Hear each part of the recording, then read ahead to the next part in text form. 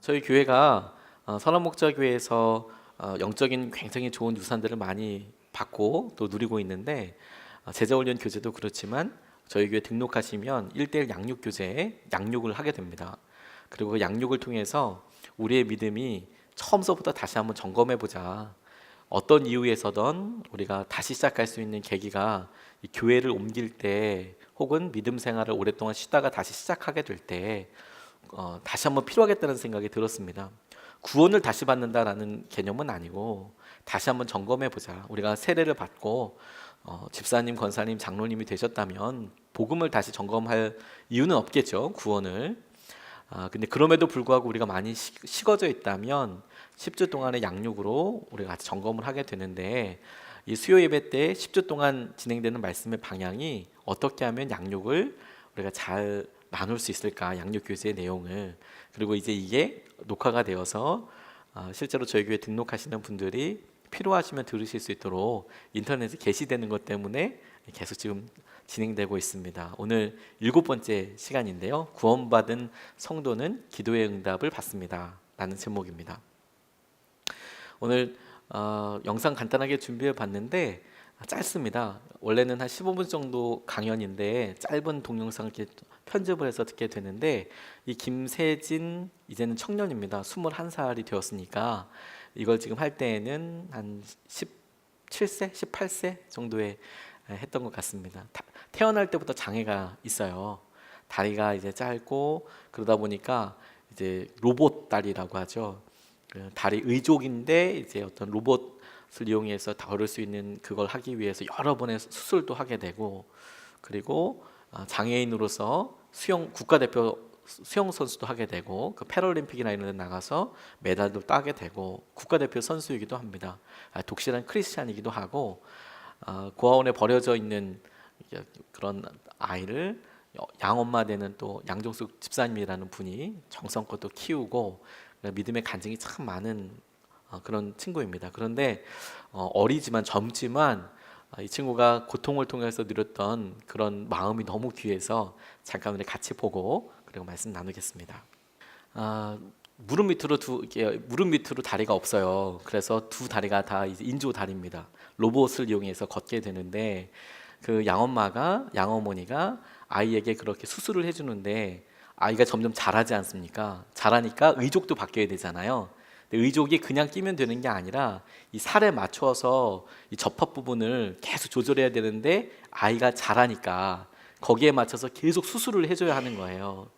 그런데 이제 의족이라는 것이 뼈와 연결되어 있으니까 뼈를 깎는 수술을 계속 하게 되는 거죠. 그 수술이 제일 아프다고 그러더라고요. 뼈를 의족에 맞추고, 의족을 최대한 뼈에 맞추긴 하지만 신경을 전달하기 위해서 그런 수술을 하게 되는데, 수술을 할 때 그것도 너무 아팠지만 잠깐 얘기 들었듯이 일어나서 보는 세상이 너무 다르더라, 앉아서 있는 것과. 그리고 그 어머니가 훈련시킬 때 일어나면 계속 6개월 동안 넘어뜨리기만 했다.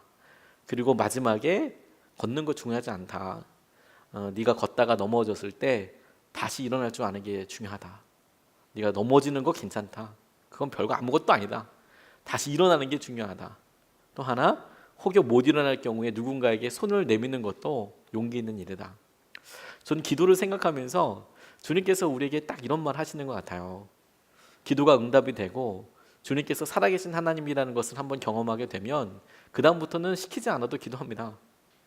왜냐하면 아무런 일도 할 수 없이 무기력하게 앉아있는 것과 주님께서 우리의 기도를 받아주시고 어떻게 능력으로 우리 가운데 드러내시는지를 한 번만 경험해 보면, 기도하지 말라고 말려도 그거 포기할 수 없는 능력이거든요. 포기할 수 없는 정말 충만함을 경험하게 되거든요. 근데 대부분의 믿음의 사람들이 기도하다가 좌절감을 느껴요.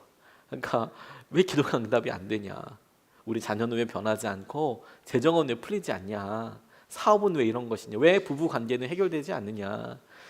대부분의 많은 성도님들이 3년, 5년, 10년 그보다 더 많은 기간 동안 기도해온 기도 제목들이 있을 때도 있거든요. 그러니까 기도에 좌절감이 있는 거예요. 근데 여러분, 기도할 때 하나님께서 우리에게 능력도 주시지만 그렇게 좌절할 수도 있어요. 다시 일어나는 게 정말 중요하죠. 다시 기도의 자리를 지키는 거, 다시 새벽을 깨우는 거. 혹여 못 일어나겠다 싶으면, 나 정말 힘들다고 싶으면 주위에 있는 사람들에게 기도해달라고 부탁하는 것도 너무 중요한 지혜라는 생각이 들었어요. 왜냐하면 기도야말로 하나님의 은혜를 경험하고 살아계신 하나님을 우리가 다시 한번 눈을 열어서 보게 되는 놀라운 통로가 되기 때문에 그렇습니다. 그렇게 생각하고 우리가 오늘 7단원을 나가게 될 텐데, 이 교재는 크게 3부로 나눠져 있는데 그 중에서도 이 7단원서부터 출가서부터는 제자로 성숙하도록 돕는 역할을 합니다. 조금 더 깊은 이야기를 하게 되는데, 우리가 단순히 믿음을 주님께서 주시는 고백에 대해서 우리가 따라 고백하고 영접하는 것으로 구원을 받지만, 조금씩 알아가는 단계와 함께 그것을 실제로 우리 몸으로 해보고, 그래서 경험해보고 진짜 그런가 계속 그렇게 서로 검증이 될 때 더 성숙하게 되겠죠. 기도는 그 중에 있어서 가장 중요한 방법이에요. 우리의 믿음이 성숙한 것에 대해서. 그러니까 기도하지 않는다면 그 믿음이 자랐을 리가 없다고 봐도 과언이 아니라는 생각이 들어요. 말씀과 기도가, 우리가 어느 순간에 기도하기를 멈췄다면 하나님께서 우리에게 하시는 말씀도 알아듣기 너무 힘들 거고, 우리가 하나님께서 역사하시는지 깨달을 수도 없죠. 왜냐하면 하나님께서 인도하시고 보게 하시고 알게 하여 주시는데 기도하지 않았으니까. 제가 기도에 대해서 생각할 때 제게 중보기도 부탁한 청년 중에서 제일 황당한 기도 제목 부탁한 친구를 항상 이야기해요. 중보기도 카드를 이렇게 나눠주고 한번 기도 적어봐라. 그때는 제가 전도사였는데 전도사님 기도해 줄게. 청년이었습니다. 약간 4차원적인 생각을 갖고 있는 친구이긴 했어요. 그런데 기도 카드를 보고 제가 경악을 했어요. 그리고 물어봤습니다. 진짜 이걸 놓고 기도해 주냐? 진짜 그렇게 해달라고 그러더라고요. 장난이 아닌 것 같았어요. 제가 왜 그렇게 놀랐냐면, 중보기도 해달라고 부탁한 기도 제목이 자그만치 우주 평화였어요.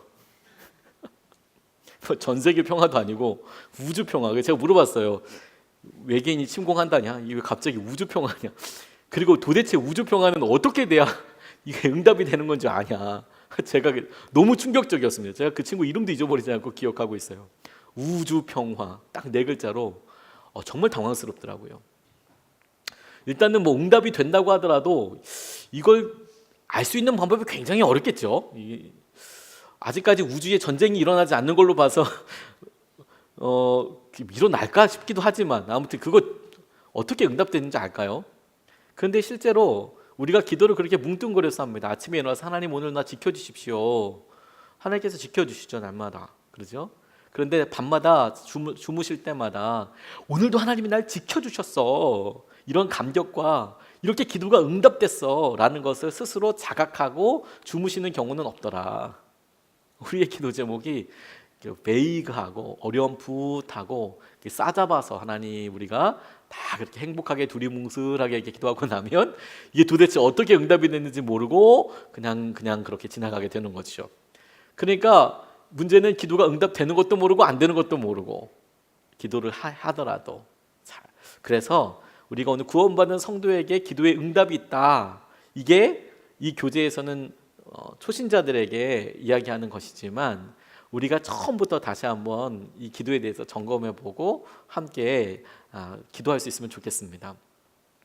기도에 있어서 제일 중요한 것은 실제로 하나님과의 교제를 기도로 한다는 거예요. 우리가 주님과 서로 대화할 수 있더라. 이게 너무 중요하죠.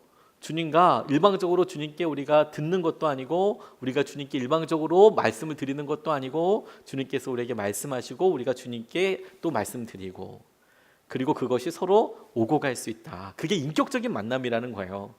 우리가 1과에서 우리가 주님을 처음 만났을 때 예수님을 영접하셨습니까? 라고 물을 때 그 영접이란 단어 자체가 private encountering이라고 그래서 개인적으로 만나셨습니까? 이 말은 내가 개인적으로 주님께 말을 하고 그 주님이 내게 응답해 주시고, 그게 주님이 살아계시는군요, 이걸 내가 분명히 알아서 내 믿음은 살아계신 주님과 서로 이야기하고 듣고 그분의 뜻을 따라서 내가 따라가고 순종한다고 그렇게 살아가고 있는가, 그렇게 살기로 결단했는가, 그게 영접이거든요. 기도는 다시 말해서 그렇게 내가 주님과 잘 동행하고 있다는 것을 실제로 보게 되는, 확인하게 되는 통로가 되는 것이죠. 그래서 기도 생활에 헌신하는 게 너무너무 중요해요. 부부 사이에도 혹은 부모 자녀 사이에도 관계에 문제가 있다고 생각해 보십시오. 대번 뭐에 대해서 생각하게 될까요? 우리가 이야기할 시간이 필요해. 좀 대화할 시간이 필요하다. 그러지 않습니까? 부부가 같이 살다가도 아무 문제도 없는 것 같지만 왠지 마음에 짜증이 일어난다거나 왠지 뭔가 퍽퍽하다거나 왠지 대면대면한다라고 얘기할 때 제일 먼저 생각할 게 뭐예요? 대화가 필요한 거구나. 뭔지는 몰라도 정서적인 공감대를 갖기 위해서 대화가 필요한 거다. 어느 날 아이가 제게 얘기하는데 그 애가 무슨 말 하는지 따라갈 수가 없는 거예요. 그냥 그렇게 바뀌었구나 하고 생각할 게 아니라 우리가 얘기하는 시간이 좀 필요하겠구나. 네가 어떻게 어떤 고민을 하고 있는지. 주님께서 우리에게 똑같이 그렇게 얘기하실 거예요. 우리가 주님 없이 살아가는 것 같은 느낌이 이게 울게 끌어가는 거죠. 이게 질질 끌려지는 것 같아요. 주님은 우리에게 한결같이 말씀하실 거예요. 우리 이야기할 수 있는 시간이 좀 필요하다. 우리가 좀 얘기할 수 있는 시간이 필요해. 그리고 그 칼자루를 우리가 주님의 의도는 항상 우리에게 열려 있기 때문에 우리가 주님 앞에 실제로 기도하는가, 기도에 헌신하는가 우리에게 달려 있어요. 자, 그렇게 생각한다면 오늘 응답이 어떻게 우리에게 이루어지게 될지, 그리고 이 기도야말로 하나님의 가장 놀라운 특권이에요. 하나님을 믿는 사람들이. 왜? 우리가 언제든지 주님 앞에 대화할 수 있으니까. 제가 여러 목사님들 만나보면 여러 목사님들이 굉장히 부러워하는, 저로서는 그분들이 부러워하기 때문에 이게 참 부러운 일이구나라고 싶은 게 뭐냐면, 제가 유기성 목사님의 핸드폰 번호를 안다는 거예요. 놀랍죠? 왜냐하면 저한테 가끔 전화 와요. 유 목사님 본인 교회에 본인 교회가 아니라 본인이 부목사로 있는 교회, 큰 교회들입니다. 강사로 모시고 싶은데 어떻게 해야 되냐? 유 목사님 안 나가십니다. 이제 끊는 거죠. 근데 핸드폰 번호를 알고 있어요. 그게 뭐 대단할까 싶죠? 굉장한 권세예요. 그렇다고 그걸로 생색을 내는 건 아니죠. 제가 필요할 때, 그리고 제가 도움을 요청할 때, 기도 요청을 드릴 때 저는 개인적으로 카톡도 보내요. 카톡도 보내서 목사님 이런 일이 있습니다. 이렇게 해서 뭐 이렇습니다. 사람들이 그걸 되게 부러워해요. 영적인 멘토가 훌륭하게 이렇게 좋으신 분이 저의 삶을 그래도 봐주시고 관심을 가져주시고 하는 거에 대해서 굉장히 부러워해요. 내가 누군가와 대화할 수 있다는 거, 그걸 자격, 특권이라고 부르기 좀 애매하지만 그렇게 할 수 없는 사람들에게 있어서는 그게 엄청난 특권이 되더라고요. 어떻게 유 목사님이랑 한번 만나봐? 글쎄, 로드맵 가서 하루 종일 앉아 있어봐. 그럼 만날 수도 있어. 뭐 이렇게 얘기하겠죠. 뭐 전화를 한번 드려봐, 비서실 한번 드려보지. 전혀 다른 것이죠. 그런데 하나님과도 똑같지 않습니까? 하나님께서 기도라는 은혜의 통로를, 수단을 우리에게 주셨어요. 그리고 네가 내게 언제든지 이야기할 수 있어. 이건 진짜 특권 아니겠습니까? 하나님께서 우리의 말씀에 귀 기울이고 계신다. 자, 그런 의미에서 오늘 말씀 같이 한번 읽겠습니다. 마가복음 11장 24절 말씀인데요. 같이 한번 읽겠습니다. 시작. 그러므로 내가 너희에게 말하노니 무엇이든지 기도하고 구하는 것은 받은 줄로 믿으라. 그리하면 너희에게 그대로 되리라. 아멘. 기도하고 믿어라. 자, 이게 어떻게 그렇게 되는지 우리가 조금 더 살펴볼 수 있도록 하겠습니다. 먼저 우리가 왜 기도해야 하는가, 기도를 하는데 왜 해야 하는가에 대해서 의외로 사람들이 잘 생각하지 못합니다. 하나님께서 모든 것을 다 알고 계시고 모든 것을 하실 수 있는 분임에도 불구하고 우리가 전지전능하다고 얘기하지 않습니까? 그런데도 왜 주님께서는 우리에게 기도하기를 원하시는 걸까? 알아서 해주시면 참 좋을 텐데, 그죠? 하나님께서 우리에게 있어야 할 걸 다 아세요. 그런데 하나님께서 이렇게 기도하게 하시는 이유들이 구하라 그리하면 너에게 주실 것이요, 찾으라 그리하면 찾아낼 것이요, 두드리면 열리게 될 것이다, 뭐 이렇게 아버지 되신다 이렇게 말씀하셨음에도 불구하고 기도해야 되는 이유가 있다면 이 기도를 통해서 하나님과의 관계가 친밀해지기 때문입니다. 아이들이 집에 가만히 있어도 부모님들이 아주 힘들고 어렵지 않으면 웬만하면 학교 보냅니다. 애가 보내주세요 얘기하지 않아도 엄마들이 초등학교 챙겨서 학원 챙겨서 보냅니다. 대부분은 그렇게 합니다. 엄마, 난 중학교 꼭 가고 싶어요. 이렇게 얘기하지 않아도 알아서 보냅니다. 안 가면 더 난리 납니다. 다 알고 계시죠. 그런데요, 그렇게 바뀌고 뭔가 상황이 있을 때 아이가 어머니한테 와서 뭐 보내달라 이런 수준이 아니라 내가 가고 있는 변화에 대해서 이야기를 걸어온다면 어떨까요? 아이가 와서 엄마 내가 중학교 들어가는데 조금 염려돼요. 왜? 친구들 만나는 거랑 공부하는 게 염려돼요. 그러면 엄마 아빠가 해줄 말 진짜 많거든요. 걱정할 필요 없어. 그런데 그렇게 얘기하고 물어보는 걸 통해서 실제적인 정보를 줄 수도 있죠. 그런데 정보보다도 더 중요한 게 뭔지 아십니까? 부모로서는 아이가 힘들 때 엄마를 찾아주고 아빠를 찾아준다는 게 진짜 큰 기쁨이거든요. 내가 얘기해 줄 수 있다는 게. 아이가 나에 대해서 끈을 놓지 않고 있다는 게 얼마나 큰 기쁨인지 아십니까? 제가 무학교에 김창건 목사님이라는 분 오늘 개인적으로 만날 수 있는 그 부부랑 개인적으로 만날 수 있는 그런 수련회가 있었는데 참 그분 놀랍더라고요. 이 자녀분들이 지금도 뭐 여러 일들이 있으면 아버지를 찾아온대요. 결혼을 했는데도. 그런데 어떤 게 제일 인상적이었냐면 결혼하기 전에 서로의 이렇게 두 형제가 있는데 여자친구랑 헤어지고 뭐 만나고 이럴 때 아버지를 찾아온다는 거예요. 그래서 아버지, 뭐 나 이런 자매 만났어요. 그렇게 얘기를 한다는 거예요. 그래서 속상해요. 뭐 헤어졌어요. 나 이 자매랑 결혼할 거예요. 그런 이야기를 서슴없이 해왔고 또 실제로 한다는 거죠. 너무 부러웠어요. 왜냐면 제가 아들이잖아요. 전 저희 아버지한테 그런 거 얘기하지 않았거든요. 뭐 그런 기회도 별로 없었을 뿐더러 만남도 별로 없었지만 남자들은 그렇게 얘기하지 않거든요, 보통. 그냥 생기면 생기는 거고 아니면 아닌 거고 그렇게 쭉 가는 거지. 그렇게 얘기하지 않거든요. 그런데 그렇게 얘기한다는 걸 듣고 나니까 너무 부럽더라고요. 너무 부럽더라고요. 왜? 서로 대화한다는 것이 그만큼도 이야기할 수 있다라는 친밀감의 표시이기 때문에 그래요. 기도도 마찬가지 아니겠습니까? 기도가 하나님과의 대화이고 이 기도를 통해서 하나님을 경험하게 된다면 그러면 하나님과 친밀하게 가까워질 수 있는 가장 놀라운 방법이에요. 만약에 여러분 일주일 동안 집에 같이 살고 있음에도 불구하고 하루에 한 번이라도 이야기하지 않는다면 그 관계가 가족 가운데 정상적인 관계일까요?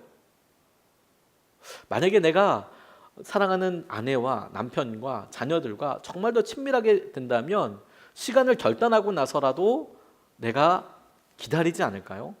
시간을 할애하지 않을까요? 그 시간에 실사 서로 진짜 멍 얼굴만 바라보고 있더라도 내가 이 관계를 정말 친밀하게 유지한다면 억지로라도 노력하게 되지 않을까요? 이야기하게 되지 않을까요? 기도가 딱 그렇다는 거예요. 하나님과 친밀해지더라. 그리고 기도를 통해서 실제로 하나님의 뜻이 이루어지기 때문에 그렇더라. 기도를 해야 하나님께서 그 일을 이루어 주시는 것을 보게 되더라. 하나님 그냥 그 일 이루셔도 되는데요. 하나님 그렇게 이루셔도 되죠.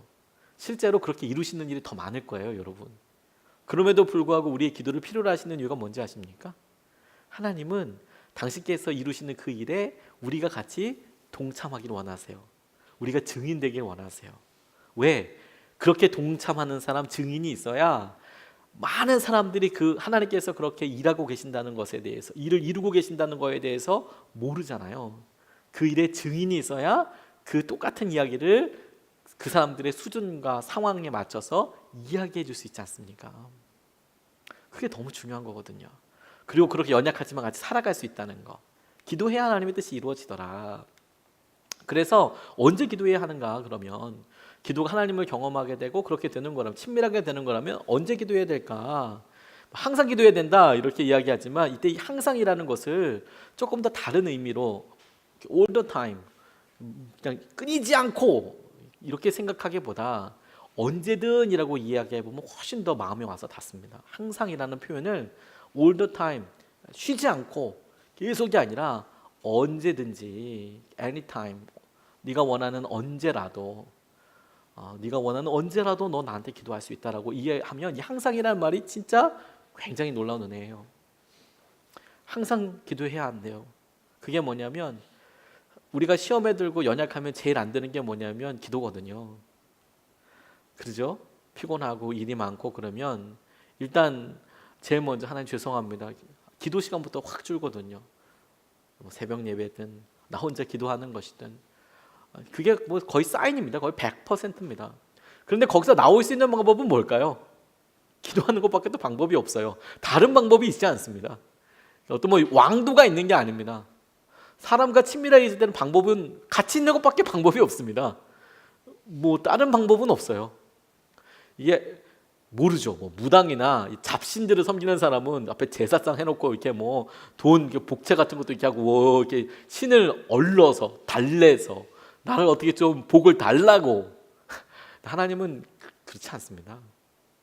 그렇게 얼러서 달래서 될 수 있는 게 아니라 하나님이 정말 관심 갖고 계시는 것은 관계이거든요. 근데 그 관계에 대해서 이야기할 때 하나님이 일종의 우리에게 놀라운 특권과 허락을 주신 게 뭐냐면 너 언제든지 기도할 수 있어. 네가 원한다면 항상 기도해. 이 표현이 기도를 계속하고 기도에 감사함으로 깨어있으라는 게 뭐냐면 마음이 눌렸지. 도저히 말할 수 없을 것 같지. 너 지금 기도할 수 있다? 네가 정말 힘들어서 아무도 도와줄 수 없을 것 같지. 너 그때가 기도할 때야. 항상 기도하라고 하셨으니까. 그때가 나를 만날 진짜 때야 라고 말씀하시는 거예요. 언제? 내가 힘들고 어려울 때. 두 번째로 시간을 정해놓고 기도하는 거 너무 좋아요. 왜냐하면 이게 친밀한 하나님을 향한 기대와 관계에 대해서 더 친밀한 시간들을 갖게 하거든요. 인간관계도 그렇지 않습니까? 어떤 목사님께서 설교하시는데 그 설교의 예화에 이런 얘기 말씀하시더라고요. 어떤 가난한 아버지가 자녀에게, 자녀가 너무 사랑스럽고 한데 돈이 없는 거예요. 근데 아이에게 축복기도 해주기를, 축복해주기를 뭐 선물로 해준 게 아니라 얘야 내가 앞으로 너를 위해서 날마다 1시간씩 기도하마. 그리고 실제로 그 1시간씩 기도하는 것을 평생 동안 아버지가 아들을 위해서 지켰다, 기도했다. 제가 그런 예화를 듣고 진짜 힘들었겠다라는 생각을 해요. 날마다 내가 그 시간을 지키고 그 시간은 내가 이야기하는 시간이야. 그 시간 자체가 갖고 있는 상징성이 대단한 거거든요. 그렇지 않습니까? 가정 예배 드릴 때 성도님들 신방에서 가면 우리 집은 주일마다 예배 드립니다. 너무 대단하시죠? 주일 8시마다 예배 드립니다. 무슨 수가 있어도 다 예배 드립니다. 그런데 그것이 가지고 있는 상징성이 있는 거예요. 그 예배가 막 다 뒤집어지고 힘들고 어렵고 피곤하고 그렇더라도 뼈대 있는 가문에만 있는 놀라운 상징성 아니겠습니까? 그게 놀라운 것이죠. 시간을 정해놓고 기도하는 것, 그게 갖고 있는 의미가 뭐냐면 그 시간에는 하나님께서 나를 만나 주신다. 그 시간에는 나도 준비되어 있지만 하나님도 준비하신다. 대화라면서요. 대화를 혼자 하지 않지 않습니까? 하나님도 그 시간에 나에게 말씀하여 주신다라고 우리가 신뢰할 수 있거든요. 이건 엄청난 축복이죠. 우리에게 새벽 기도를 할 때마다 주님께서 제게 주시는 감동이 딱 그래요. 야, 그렇구나. 새벽마다 주님께서 내게 기도하고 날마다 반복적인 기도를 하지만 날마다 성도님들이 주신 기도 제목 카드를 놓고 이름을 불러가면서 하나하나 기도하는데 그 기도 제목들이 업데이트가 매일마다 되는 건 아니지 않습니까? 무슨 아프시거나 일이 있으시거나 그러면 이제 기도 카드를 적어서 내주시죠. 그러면 기도해드리고 그 기도 카드를 버리지 않고 계속 들고 다니면서 기도하거든요. 하나님 이루어 주십시오. 그렇게 해주십시오. 그렇게 기도하는데 근데 기도하는 우리 스스로가 그러면 기도할 때마다 기름 부으심에 있어서 눈물 콧물이 나느냐? 그럴 때도 있지만 아닐 때도 있죠. 근데 확신을 갖고 있는 건 뭐냐면 하나님께서 날마다 들으신다는 거예요. 날마다 그 시간에. 그리고 이런 생각을 해봐요. 하나님께서 만약에 그냥 저 혼자 상상하기에 차기록 목사가 5시 반쯤에 어디 있을까 저를 찾으실 때 너무 간단하게 찾으실 수 있는 거예요. 예수님의 사람들 교회 강남 앞에서 기도하고 있겠구나. 여기 앞에 이렇게 기도 혼자서 예배 준비하고 있겠구나. 그런 생각이 드는 거죠. 하나님께서 언제나 그 자리에 내게 만나주신다. 성막이라는 것이 있기 전에는 사람들이 스스로 하나님께 나아갈 수 있는 방법이 없었어요. 근데 하나님께서 율법을 주시고 예배 방법을, 제사 방법을 정해 주셨습니다. 그리고 그 방법대로, 율법대로 예배를 드리면 하나님께서 그곳에서 우리의 예배를 받아주시고 죄를 용서해 주신다라고 그러셨어요. 이게 엄청난 특권이었던 건 뭐냐면 그전에는 방법이 없었지만 이제는 주님의 말씀대로 우리가 그것을 따라서 예배하면 하나님이 받으신다는 것을 우리가 이제 확신할 수 있는 거예요. 내가 흠이 없이 주님 앞에 예배 드렸다면, 과정에 정성을 다했다면. 그런데 기도가 딱 그와 같아요. 내가 이 시간에 주님 앞에 드리고 내가 주님께서 원하시는 방법대로 내가 주님 앞에 섰다라는 거예요. 또 하나, 어떤 문제를 놓고 집중적으로 기도할 수도 있습니다. 어려울 때, 힘들 때 주님 앞에 달리는 것이죠. 사실 기도하지 않는 이유는 간단하다고 생각이 들어요. 제가 개척하면서 진짜 안 힘든가 보다 생각이 들어요. 진짜 힘든 건 아니구나. 기도 안 하는 거 보면 죽을 만큼 힘든 건 아닌 거구나. 살만한 거구나. 아직까지는 괜찮구나. 근데 진짜 힘들면 기도하게 되던데요. 어디 부딪힐 데가 없으니까, 비벼볼 데가 없으니까. 개척하면서 하나님께서 저희가 여러 일들을 분별받고 나아가게 될 때 저희가 만장일치로 하나됨을 놓고 기도하지 않습니까? 다양한 지혜로 정말 많은 것들을 배우거든요. 그런데 하나 되는 것 자체도 엄청나게 큰 기도 제목인 것을 알았어요. 생각은 다 다르니까. 그리고 어디를 해야 될지 다 좋은 의견이죠. 몇 번도 말씀드리지 않았습니까? 개척하는 지역을 보면서 저희가 엄청난 곳들도 다 이렇게 추천해 주셨다니까요. 태전동도 있었지만 김포 쪽에도 있었고요. 저기 오남 쪽도 있었고요. 지금 그 오남 갔었으면 우리 정한영 목사님네 교회 근처요. 거기보다 더 들어갔겠네요. 오남 저 안쪽으로도 있었고요. 다양하게 있었습니다. 아예 김포는 가보지도 않았습니다. 김포에서 더 저 꼴짜기로 들어가는 그런 곳인데 아무튼 별별 군데가 다 나왔습니다. 하나 되는 거 각자의 기준 다 다르죠. 근데 정말 그게 중요하다고 생각하니까 기도하게 되던데요. 어떤 문제를 놓고 언제까지? 그게 해결될 때까지. 하나님 그렇게 해주십시오. 알게 해주십시오. 순종할 테니까 방법을 알려주십시오. 주님께서 기도하면 반드시 응답해 주세요. 그걸 우리가 믿는 것이죠. 그 금식을 해서라도. 그래서 어떻게 그러면 기도해야 하는가? 대화할 때 특별히 어떤 형식이 주어진 것은 아니죠. 그런데 기도에 어떤 형식이 있도록 하는 이유는 순전히 형식 때문에 하나님을 만나게 되는 것은 아니고요. 우리가 조금 더 기도할 때에 도움을 받기 위해서예요. 우리 스스로가 잊어버리지 않도록 편안하게. 우리 전통적으로 한국 교회에서 이렇게 교육을 받았어요. 찬양과 감사를 드리고 그리고 내 죄를 고백하고 중보기도, 주위에 있는 사람도 중보기도 하고 내 개인적인 간구를 하고 예수님의 이름으로 기도한다. 5손가락 이렇게 배웠죠. 제가 근데 외국 사람들 조용히 봤어요. 외국 사람들 만날 일이 있어서 같이 이제 선교지나 같이 기도할 일 있잖아요. 그러면 이제 저는 이렇게 기도하는 거죠. 제발 제가 대표기도 안 걸리게 해주세요. 이런 거 영어로 해야 되니까. 그러면 이제 영어로 이제 선교사님들이 기도하시지 않겠습니까? 그러면 가장 확실하게 들리는 몇몇 말들이 있어요. Thank you, Lord. 이거 감사합니다, 주님. 이렇게 하거든요.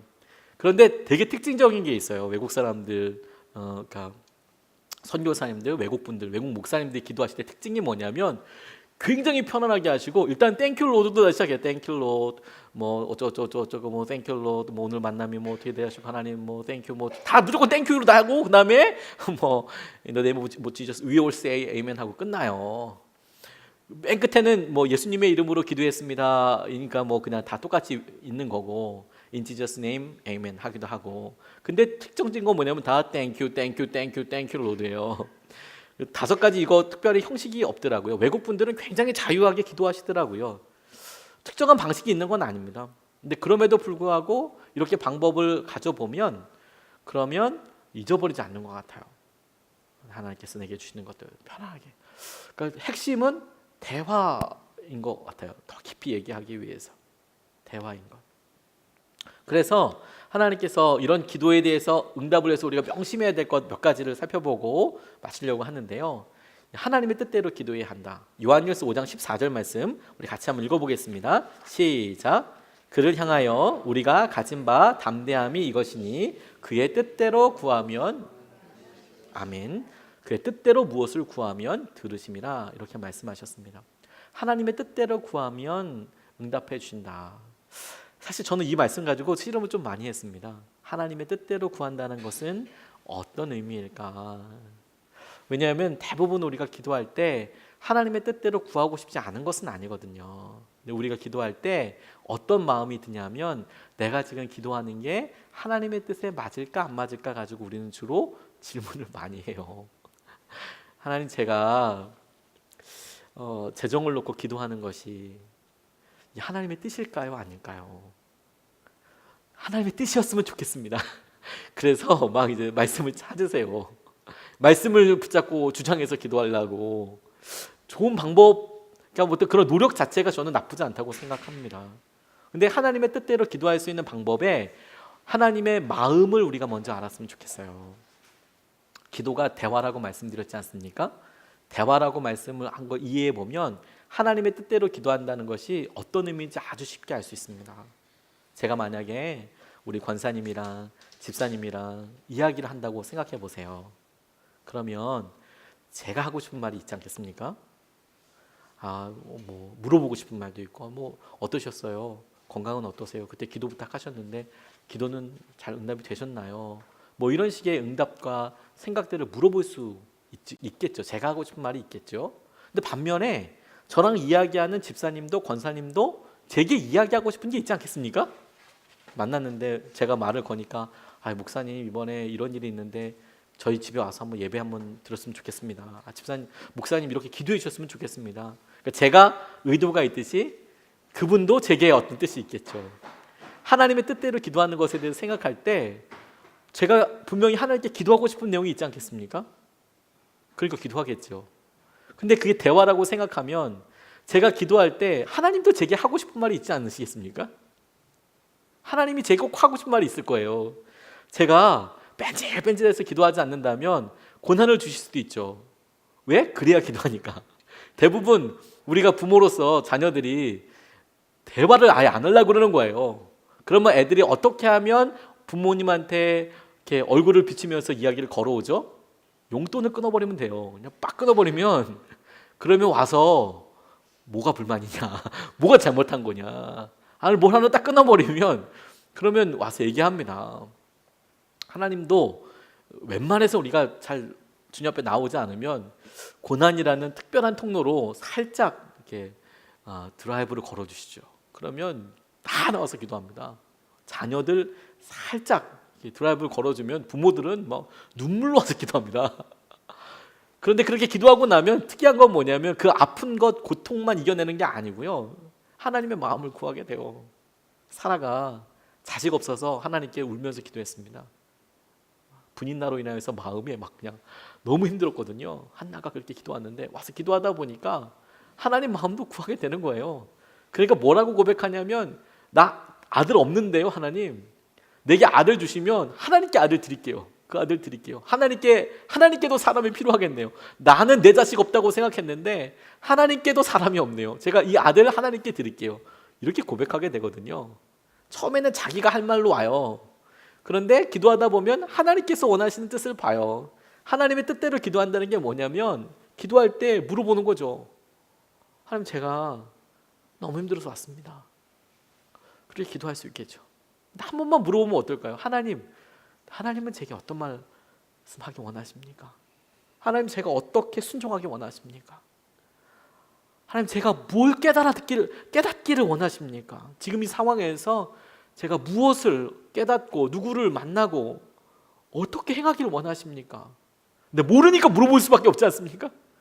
근데 이렇게 물어보면 주님께서 기가 막히게 알려주신다니까요. 난 네가 정결하기를 원한다. 난 네가 그 일에 대해서 돌이키기를 원한다. 난 네가 가서 먼저 용서하기를 원한다.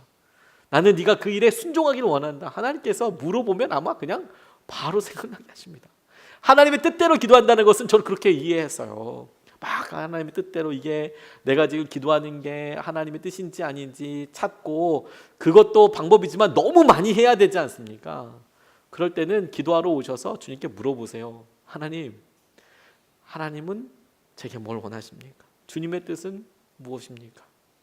주님이 알려주시면 주님, 제가 그 일을 이루게 해주십시오. 그게 하나님의 뜻대로 기도하는 거예요. 간단하죠? 어렵지 않아요. 하나님의 뜻대로 기도한다는 건 한 템포만 늦게 기도하면 돼요. 하나님께 물어보고 기도한다. 하나님께 주신 마음으로 내가 기도한다. 그러나 부담 가질 필요가 없는 게 대화라고 말씀드렸잖아요. 먼저 기도하고 주 앞에 구하다 보면 하나님께서 어느 순간에 알려주세요. 조금만 마음의 여유를 가지시면 돼요. 아침에 오셔서 새벽에 오셔서 기도할 때 하나님 이렇게 해주세요. 예수님 이렇게 됐습니다. 아멘 하면서 일어나셔 나가지 마시고 아멘 하고 3분만 앉아 계셔 보세요. 혹시 하나님께서 하나님 마음도 알려주실 수 있잖아요. 내가 뭔가 기도하기 전에 기도하는 건 저는 안 구하는 것보다 기도 안 하는 것보다 아무튼 뭐라고 달라고 기도하는 게 5만 배 낫다고 저는 생각하고 있습니다. 아예 기도를 안 하는 것보다 주세요라고 기도하는 게 사람들이 그거 믿음의 수준이 낮다고 이야기하지만 세련되게 기도 안 하는 것보다 무식하게 기도 많이 하는 게 저는 5만 배 낫다고 싶어요. 5만 배 정말 믿음으로 비교할 수 없습니다. 왜? 기도하는 사람은 살아계신 하나님을 계속 경험하게 될 테니까. 제가 저희 아버지가 목사님이셔서 장로교 목사님이셨음에도 불구하고 저희 아버지 때에 그 시대에 목회하셨던 분들 중에서 독특한 분들이 계셨어요. 저희 아버지랑 영적인 맥을 같이 하는 건 아니지만 그때는 아주 희한한 분들이 많이 계셨습니다. 깡통치마 입고 막 기도하시는 여자분들도 계셨고, 깡통치마 뭔지 아십니까? 흰 저고리에 까만색 그 저고리인데 이렇게 치마인데 아무튼 있어요. 독특합니다. 한 번 보면 절대 잊어버리지 않아요. 그리고 강단에서 뛰면서 그리고 막 안차난다고 사람 때리고 저한테 막 기도해 준다 그러면 그분 오실 때부터 피해 있어야 돼요. 안 그러면 엄청 맞았거든요. 막 이렇게. 저희 아버지는 그거 원하시지 않는데도 주위에 이제 그런 분들이 이제 어떤 사회적인 관계로 인해서 만나게 될 때가 있죠. 보면 그냥 일반적인 눈으로 보면 죄송합니다. 이런 표현이 좀 그렇지만 어떤 사람의 눈에는 약간 조금 세련되지 못하다. 조금 더 강하게 표현하면 좀 안 배우신 것 같다. 일부러 좀 안 배우신 것 같다. 난 느낌이 들 정도로 막 그렇게 기도하고 막 이렇게 해야 된다고. 그 시대 때는 그런 분들이 있었거든요. 그런데요, 제가 옆에서 어렸을 때부터 아버지 주위에 있는, 자주는 아니지만 그런 분들 보면서 제 머릿속에 생생하게 기억나는 게 뭐냐면요, 그래도 그분들은요 하나님 무서워하는 게 있었어요. 하나님 경외하는 마음이 있었습니다. 하나님께서 말씀하시면 그런 분들에게는 정말 죽든 신용이라도 하셨어요. 제 기억에는 정말 막 하나님 말씀하셨다 그러면 이유 뭐 그게 이게 납득이 되고 아니고가 아니라 그냥 40일씩 금식해 버리셨어요. 그냥 주님이 그냥 뭐 어떤 직접 말씀해 주신 것도 아니고 너 금식해라 이렇게 말씀하신 거 아니고 내가 영적으로 이렇게 갈급하다 그러면 하나님이 말씀하신다 싶으면 진짜 무섭게 순종해 버리셨어요. 그걸 보고 옆에 있는 사람이 더 무서웠어요. 저분이 이거 뭐 하나님이 무슨 말씀을 못 하시겠네. 그러니까 우리가 보기에는 뭐 좀 무식해 보인다, 좀 투박해 보인다. 그래도 기도하는 사람들에게 하나님 경외하는 마음이 있었어요. 그래서 놀라운 은혜들이 있었거든요. 그런데 막 세련되고 좋아져서 하나님의 영광과 뜻을 구한다 그러면서 이제 그렇게 처음에 시작하면서 기도하지 않는 거죠. 왜냐하면 하나님이 다 아시니까. 그래서 이제 기도하는 시간도 열정이 없어요. 이제 왜? 기도 안 해도 아시니까. 오셔도 간단하게 기도하고 가시는 거죠. 왜? 다 아시니까. 하나님 다 아시죠? 그리고 일어나는 거예요. 우주 평화. 내 기도는 우주 평화. 우리 모든 가족의 평화. 그럼 이제 가세요. 환장하는 거죠. 그러면 이제 환장하는 거죠. 하나님께서 우리에게 기도 제목을 많이 주신 것은 뭐냐면 하나님께서 살아계신 주님이고 엄위하신 하나님이신 것을 알게 하시는 거예요. 그러니까 무턱대고 기도하는 게 얼마나 중요한지 몰라요. 저는 그렇게 믿고 있어요. 그게 다른 사람들이 보기에 아유, 차 목사님 조금 안 배우셔서 좀 세련되지 못하셔서 전 그래도 상관없어요. 만약에 제 삶에 하나님을 그렇게 경험할 수만 있다면 하나님을 이렇게 기도해서 말씀으로 구하였더니 하나님께서 제게 그렇게 자주 말씀만 해줄 수 있다면 어떻게 보여도 상관없어요. 그러면 충분하거든요. 하나님께서 그렇게 해주셔서 그렇게 이끌림 받을 수 있다면 하나님의 뜻대로 기도한다는 거 간단하다니까요. 믿음으로 기도해야 한다. 이것은요 신뢰한다는 겁니다. 이때의 믿음은 내가 구해요. 근데 주님께서 받은 줄로 믿으라고 말씀하셨죠. 우리는 받은 줄로 믿으라 그러면 어떻게 되냐면 하나님 이번에 대출을 받게 해주십시오. 믿습니다. 대출 됩니다. 이렇게 이제 생각하는 거죠. 아니면 아닌가요 주님? 이렇게 생각하는데 그게 아니고요. 하나님 제가 믿습니다 라고 믿을 때에 대출 놓고 기도하지만 하나님께서 제게 가장 좋은 것을 주시는 분이신 것을 내가 신뢰합니다. 하나님께서 대출해 주셔도 감사하고, 대출 안 해주시면 대출보다 더 놀라운 방법으로 내게 가장 선하신 그분인 것을 드러내실 것을 내가 믿습니다. 그러니까 주님을 신뢰한다는 믿음으로 기도한다는 거예요. 믿음의 기도란, 주님은 절대 포기하지 않으시니까, 주님은 절대 배신하지 않으시니까, 주님은 우리 아버지이시니까 가장 좋은 것으로 주실 테니까 그걸 믿는 것이죠. 계속해서 간절히 기도해야 하는데, 간절히 기도해야 한다는 건 뭐냐면 하나님께서 우리에게 주시는 은혜를 우리가 계속해서 구하는 거죠. 근데 이 간절히라고 이야기할 때 마음에 하나님께서 주신 은혜들 내가 원합니다 반복하는 거 보면 알 수 있죠. 근데 이 간절히가 사실 저를 통해서 우리 요즘 기도하는 우리 모두에게 사실 굉장히 도전되는 말이에요. 왜냐하면 우리를 간절하게 마음을 떨게 할 만큼의 것들이 불행하게도 이 시대에는 고난 빼고는 없다는 거예요. 성령의 충만함을 놓고 간절히 기도했던 적이 언제던가, 해결되지 않은 죄를 놓고 간절히 기도하는 때가 언제든가, 몸이 아프고 자녀들이 어떻게 되고 간절해지는데 우리 스스로 이 간절함에 대해서 엄청나게 많이 양보해버렸어요. 간절하다는 것에 대해서 내가 간절합니다. 그러니까 갈망하는 게 없으니까 하나님께서 응답하시지 않는 것 같아요. 그러니까 우리가 주님께 원하는 수준을, 주님을 경험하려고 하는 수준이 낮아요. 그래서 간절해지지 않아요. 그래서 오히려 어렵고 힘들 때는 하나님과 완전히 동행하는 것처럼, 그때는 툭 건드리기만 해도 주님이라는 얘기가 막 나오고 눈물도 나고 그러는데, 우리 삶이 편안하고 수입이 안정되고 건강하고 주위에 어느 정도 이렇게 되고 그럴 때 영적인 긴장감이 있거든요. 사실 이러다가 망한다는 느낌을 본인이 알아요. 나 너무 편안해, 간절함이 없어졌네. 그래, 이게 편안해져서 이제 망해요. 사실 어느 순간에 이제 지키려고만 하는 거죠. 수성하기 시작하면 망하기 시작하는 거죠. 이제 간절함에 대해서. 그리고 다른 사람과 바른 관계를 맺어야 하더라. 기도에 있어서 기도 응답을 위해 명심할 거. 역사적으로 하나님께서 절대로 응답해 주실 수 없었던 기도 제목들이 많이 있었습니다. 제가 대표적으로 이번 말씀 준비하면서 남북전쟁이 생각나더라고요. 미국 남북전쟁이. 미국은 청교도 국가였습니다. 북군의 종교는 뭐였을까요? 기독교였어요. 남군의 종교는 뭐였을까요? 기독교였어요. 그들이 전쟁 나기 전까지만 해도 같이 예배드리고 했던 사람들이라고요. 근데 노예 문제를 놓고 기도했어요. 노예 문제 가지고 싸웠어요. 어떻게 그들이 기도했을까요? 남군이 어떻게 기도했을까요? 북군도 남군도 다 같이 이 전쟁 이기게 달라고 기도 한 번씩은 다 하지 않았을까요? 근데 그게 어떤 걸 의미하는 걸까요? 특별히 남군의 기도가 하나님이 전쟁 승리해서 남군의 입장에서 저 깜둥이들, 노예들, 저 종놈들 내가 끝까지 부려먹게 해주십시오. 저건 내 재산이니까. 그 기도했을 거예요. 절대로 응답될 수 없는 기도, 절대로. 다른 사람과의 관계가 바라야 된다는 그런 거예요.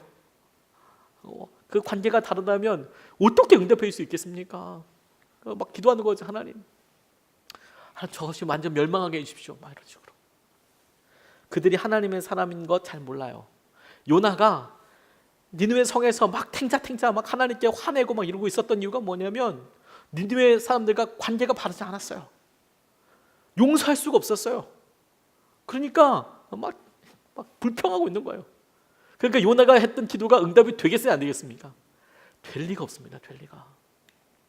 마지막으로 하나님께서 포기하지 말고 꾸준히 기도하는 게 너무너무 중요해요. 포기하지 말고 꾸준히 기도하는 거. 애들도요, 크리스마스 선물을 5월 어린이날서부터 이야기하면 반드시 받습니다. 그거 아십니까? 크리스마스 선물을 5월 어린이날서부터 이야기하면 반드시 받게 되어 있어요. 왜 그럴까요? 왜긴요? 그렇게 꾸준히 얘기하면 되는 거죠. 안 되는 거 없습니다. 그렇지 않습니까? 다 됩니다. 꾸준히 기도하는 거 왕입니다. 생각해 봤어요.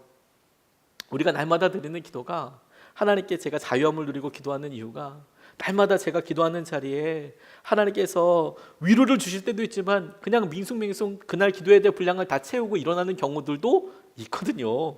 제가 기도하기로 결정한 것을 놓고 한 번씩 한 번씩 우리 성도님들 이름 다 올려드리고 하나님 축복해달라고 오늘도 붙잡아달라고 기도드리고 벌떡 일어나서 저도 나갈 때가 있거든요.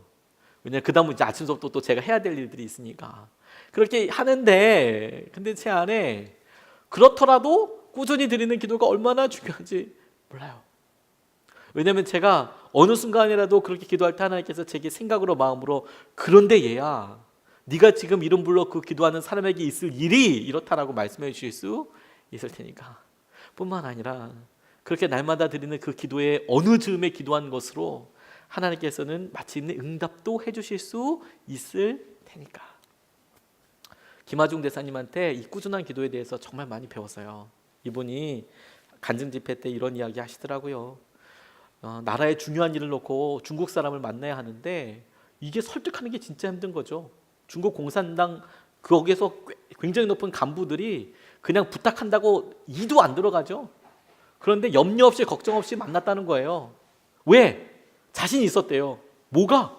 이분이 중국에서 어떤 외교관으로 산지 뭐 7년 8년 이렇게 오래 계셨거든요.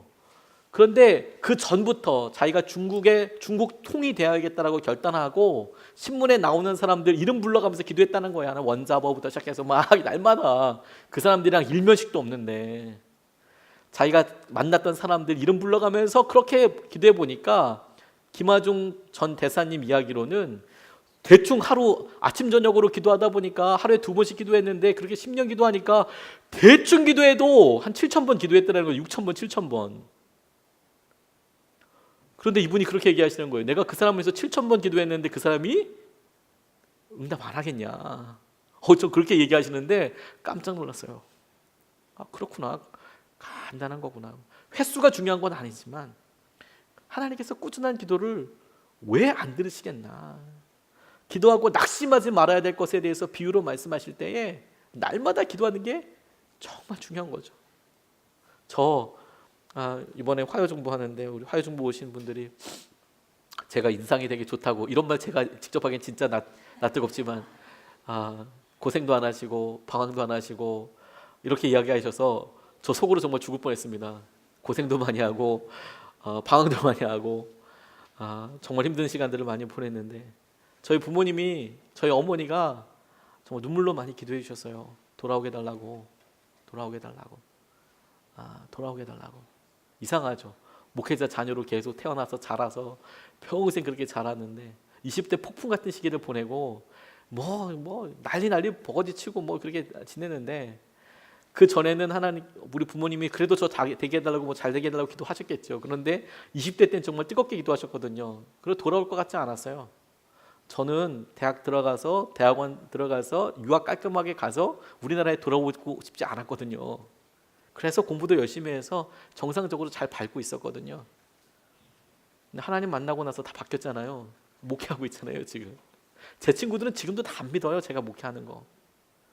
너만은 안 할 줄 알았다 내가. 근데 하나님께서 꾸준한 기도 다 들어주시더라고요. 기도가 대화래요. 그래서 하나님께서 우리에게 반드시 응답하세요. Yes, 그래, 너 그대로 될 거야. No, 너 그거 아니야. 너한테 합당하지 않아. 근데 대부분 노라고는 잘 안 해주고요. 왜냐면 우리가 안 들으려고 하거든요. 노라고 얘기하시면. 그렇죠? 대부분 기다려요. 계속. No, wait, 기다려라. 근데 기다리다 보면 기도 제목이 바뀌거나 혹은 주님께서 이미 그것을 다른 방법으로 이루어 주세요. 그걸 우리가 알아요. 기도는 아무리 강조해도 부족하지 않겠다는 생각이 듭니다. 오늘 우리가 기도에 대해서 같이 좀 나눴는데 말씀 붙잡고 같이 좀 기도하고 싶습니다. 하나님께서 우리에게 믿음을 성숙시키려고 하실 때 제일 먼저 기도 가지고 얘기하실 거거든요. 저는 오늘이 하나님께서 우리에게 도전하시는 날이라고 생각이 듭니다. 조금 더 만약에 우리의 삶에 목마름이 있다면 그러면 뭐부터 붙잡아야 되냐면 기도부터 붙잡아야 되는 거예요. 하나님 우리가 주님과 영적인 대화가 열리길 원합니다. 마음이 열리길 원합니다. 지금 말씀이 잘 안 들리는 이유는 기도 때문이군요. 하나님, 우리가 이렇게 삶이 팍팍한 이유는 기도 때문이었군요. 내가 주님을 더 깊이 알기를 원합니다. 하나님, 내가 주님께서 주시는 말씀하시는 말씀 앞에 겸손히 내가 주님 말씀 듣겠습니다. 기도에 소통함이 있도록 주님과 함께 주님 성령의 기쁨으로 우리가 기도하고 주님과 언제 동행할 수 있도록 이 시간에 같이 기도하시겠습니다.